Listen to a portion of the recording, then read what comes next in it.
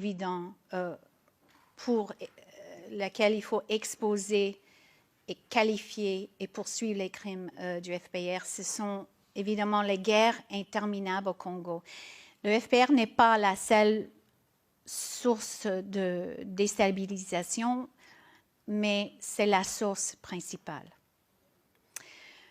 Au Kasaï, en 2016-2017, plus de 5000 Congolais ont perdu la vie et 1 million ont été déplacés au Kasaï, une province riche en diamants, où un chef de guerre, un commandant dans l'armée congolaise, qui s'appelle Eric Ruhoimbere, ordonnait les massacres. Ce général était membre de 3 des milices de Kagame. Depuis plus de 2 décennies, Ruhoimbere est parmi de nombreux rebelles Tutsis qui ont commis des atrocités au Congo et ensuite ont été intégrés dans l'armée congolaise. Ces rebelles ont provoqué le chaos et se battent pour les ressources, la terre et le pouvoir.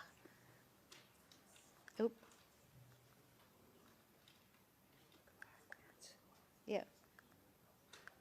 Pardon.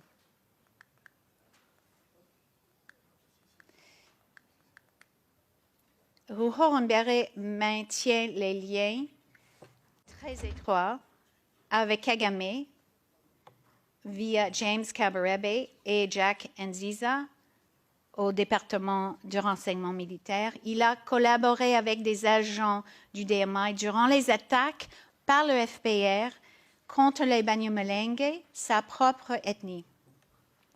En 2017, 2 experts qui travaillaient pour l'ONU, l'Américain Michael Sharp et la Suédoise Zaida Catalan, ont été sauvagement massacrés pour avoir mené une enquête sur la violence au Kasaï.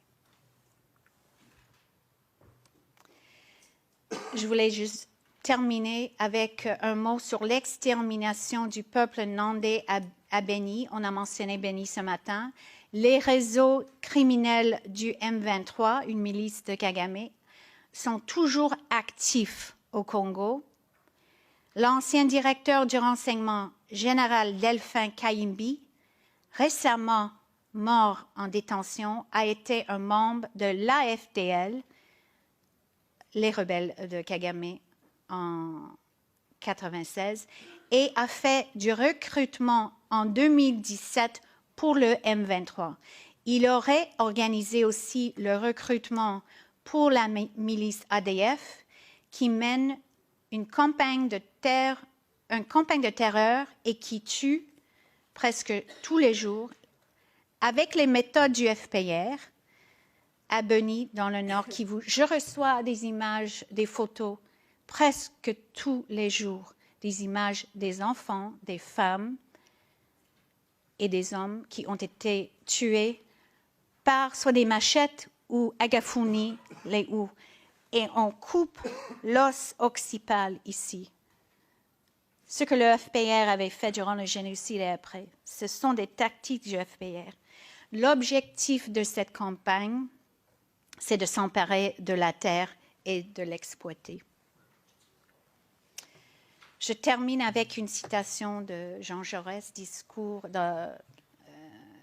son discours à la jeunesse en juillet 1903. Le courage, c'est de chercher la vérité, c'est de ne pas subir la loi du mensonge triomphant qui passe et de ne pas faire écho aux applaudissements imbéciles et aux huées fanatiques. Merci.